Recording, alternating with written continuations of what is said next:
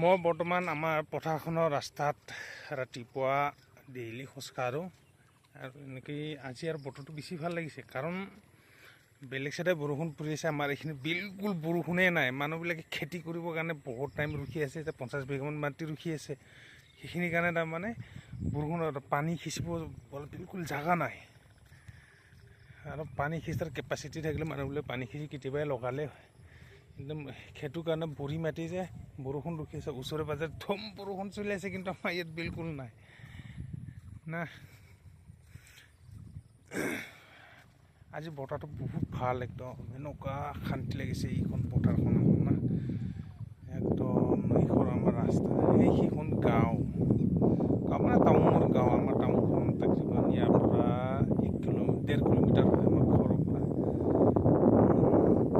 এইখন খেতি পথাৰখন না বহুত তাৰমানে যোৱাকালি এনেকুৱা গৰম আছিলে, আজি নাজানো নেটত বৰষুণতকৈ কিবাটো দেখাই আছে, আজি কি হয় না।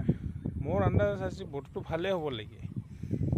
এইবিলাখান মাটি শুকাই আছে আৰু অলপ এইখিনিয়ে আছে আৰু ওচৰে পাজৰৰ মাটিখিনি আছে, বাকী একো নাই। অলপ মাটি বাকী আছে, বাকী আৰু চব লগাই চাফা কৰি দিলে। তাৰমানে মোৰ এইটো কাৰণে ভাল লাগিছে যে খেতিৰ টাইমত তোমাৰ 9 বছৰ পিছত এই খেতি টাইমত তাৰমানে মই ঘৰত আহিব পাইছোঁ।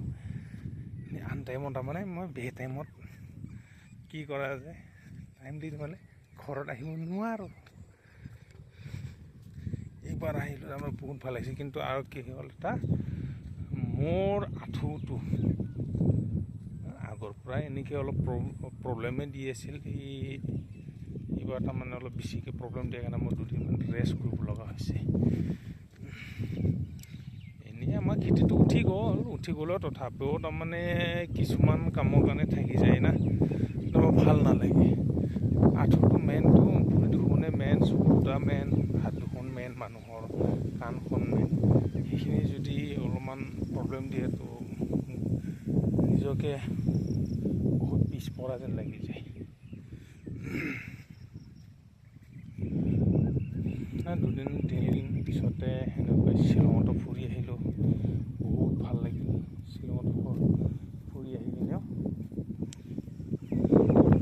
আৰু এদিন আমি যাওঁ, তাৰমানে ফৰজেন প্লান বুলি কোৱা এটা জেগা আছে গুৱাহাটীত। বিৰাট এক্সাইট হৈ আছোঁ চাবৰ কাৰণে। ফ্ৰাইডেমান প্লানিং কৰিছোঁ আৰু যাৱাৰ কাৰণে। নিশ্চয় যাম তাত। কেনেকুৱা কি এবাৰো আমি দেখা নাইতো। অৰিজিনেল বৰফ দেখিছোঁ, কিন্তু ফৰজেন বোলা বস্তুটো কি সেইটো আমি দেখা নাই। চাম কেনেকুৱা চিধাৰা বনাই।